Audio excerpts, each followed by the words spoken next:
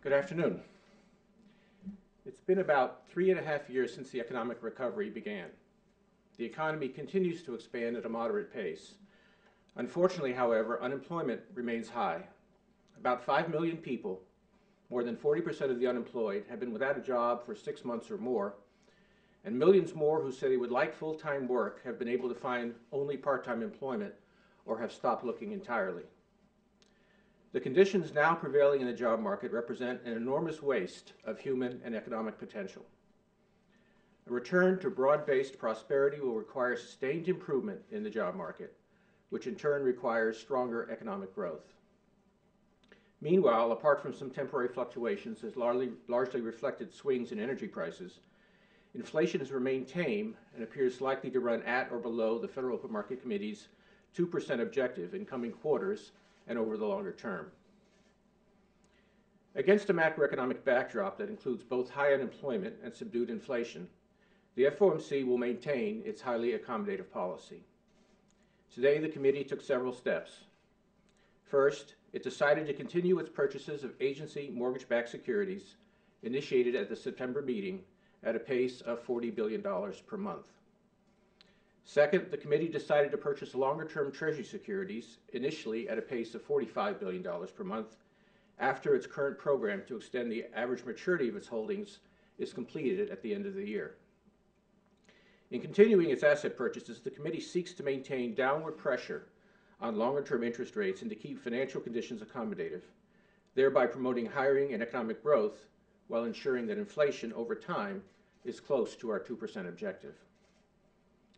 Finally, the committee today also modified its guidance about future rate policy to provide more information to the public about how it anticipates it will react to evolving economic conditions. I'll return to this change in our communication after discussing our decision to continue asset purchases. Although the committee's announcement today specified the initial monthly pace and composition of asset purchases, it did not give specific dates at which the program may be modified or ended. Instead, the pattern of future asset purchases will depend on the committee's evaluation of incoming information in two respects. First, we expect to continue asset purchases until we see a substantial improvement in the outlook for the labor market in a context of price stability. In assessing the extent of progress, the committee will be evaluating a range of labor market indicators, including the unemployment rate, payroll employment, hours worked, and labor force participation, among others. Because increases in demand and production are normally precursors to improvements in labor market conditions, we'll also be looking carefully at the pace of economic activity more broadly. Second, the committee will be monitoring economic and financial developments to assess both the efficacy and possible drawbacks of its asset purchase program. The Federal Reserve's asset purchases over the past few years have provided important support to the economy, for example, by helping to keep mortgage rates historically low. The committee expects this policy tool to continue to be effective and the costs and risks to remain manageable. But as the program continues, we will be regularly updating those assessments. If future evidence suggests that the program's effectiveness has declined, or if potential unintended side effects or risks become apparent as the balance sheet grows, we will modify the program as appropriate. More generally, the committee intends to be flexible in varying the pace of securities purchases in response to information bearing on the outlook or on the perceived benefits and costs of the program. Unlike the explicitly quantitative criteria associated with the committee's forward guidance about the federal funds rate, which I'll discuss in a moment, the criteria the committee will use to make decisions about the pace and extent of its asset purchase program are qualitative. In particular, continuation of asset purchases is tied to our seeing substantial improvement in the outlook for the labor market. Because we expect to learn more over time about the efficacy and potential costs of asset purchases in the current economic context, we believe that a qualitative guidance is more appropriate at this time.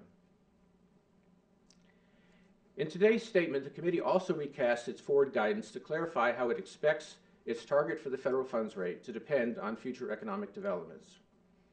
Specifically, the committee anticipates that exceptionally low levels for the federal funds rate are likely to be warranted, quote, at least as long as the unemployment rate remains above 6.5%, inflation over the period between 1 and 2 years ahead is projected to be no more than half a percentage point above the committee's 2% longer-run goal, and longer-term inflation expectations continue to be well anchored. This formulation is a change from earlier statements in which forward guidance about the federal funds rate was expressed in terms of a date. For example, in the statements following its September and October meetings, the committee indicated that it anticipated that exceptionally low levels for the federal funds rate are likely to be warranted, quote, at least through mid-2015. The modified formulation makes more explicit the FOMC's intention to maintain accommodation as long as needed to promote a stronger economic recovery in the context of price stability, a strategy that we believe will help support household and business confidence and spending. By tying future monetary policy more explicitly to economic conditions, this formulation of our policy guidance should also make monetary policy more transparent and predictable to the public. The change in the form of the committee's forward guidance does not in itself imply any change in the committee's expectations about the likely future path of the federal funds rate since the October meeting. In particular, the committee expects that the stated threshold for unemployment will not be reached before mid-2015 and projects that inflation will remain close to 2% over that period. Thus, given the committee's current outlook, the guidance introduced today is consistent with the committee's earlier statements that exceptionally low levels for the federal funds rate are likely to be warranted at least through mid-2015.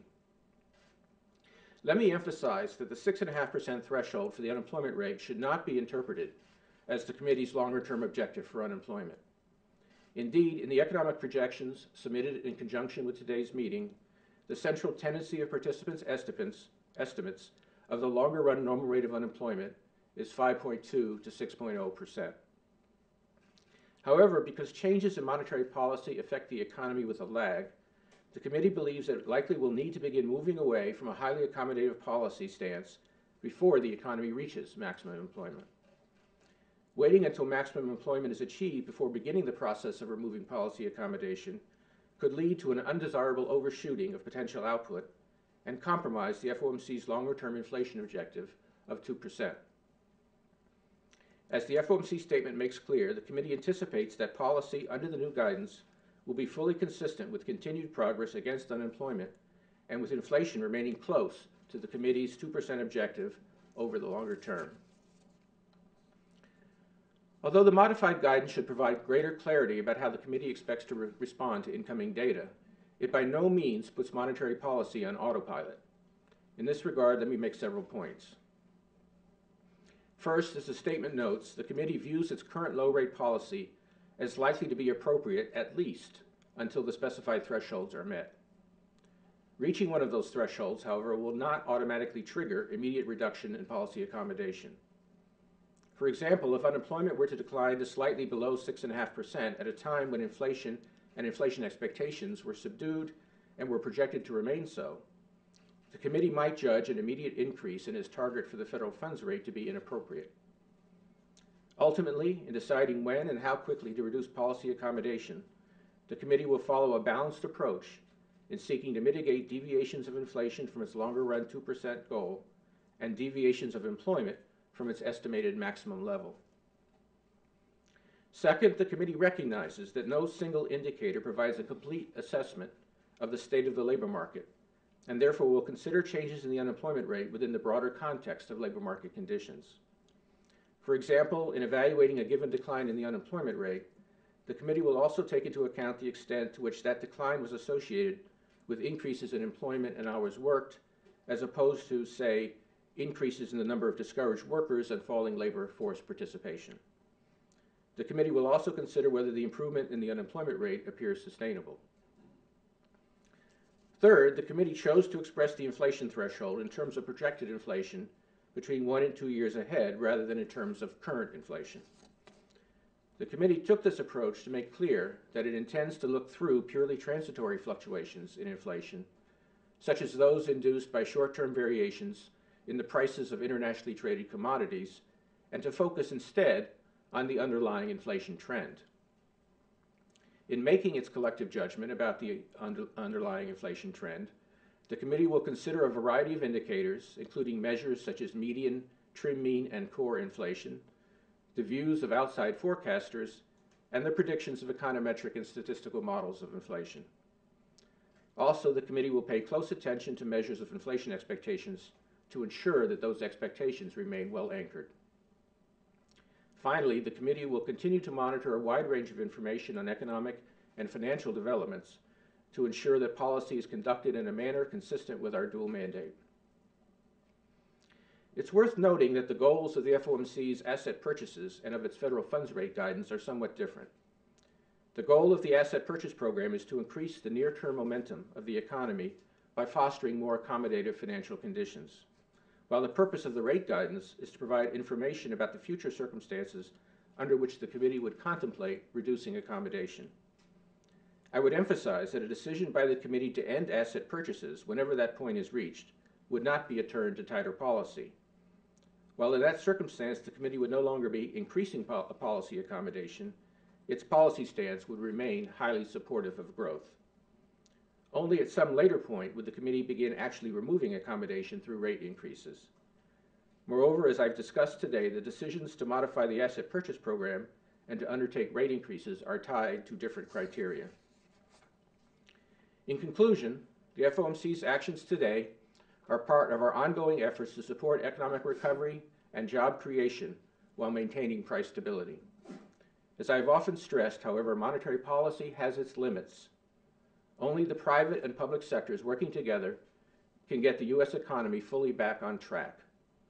In particular, it will be critical that fiscal policymakers come together soon to achieve longer-term fiscal sustainability without adopting policies that could derail the ongoing recovery. Thank you. I'd be happy to answer your questions.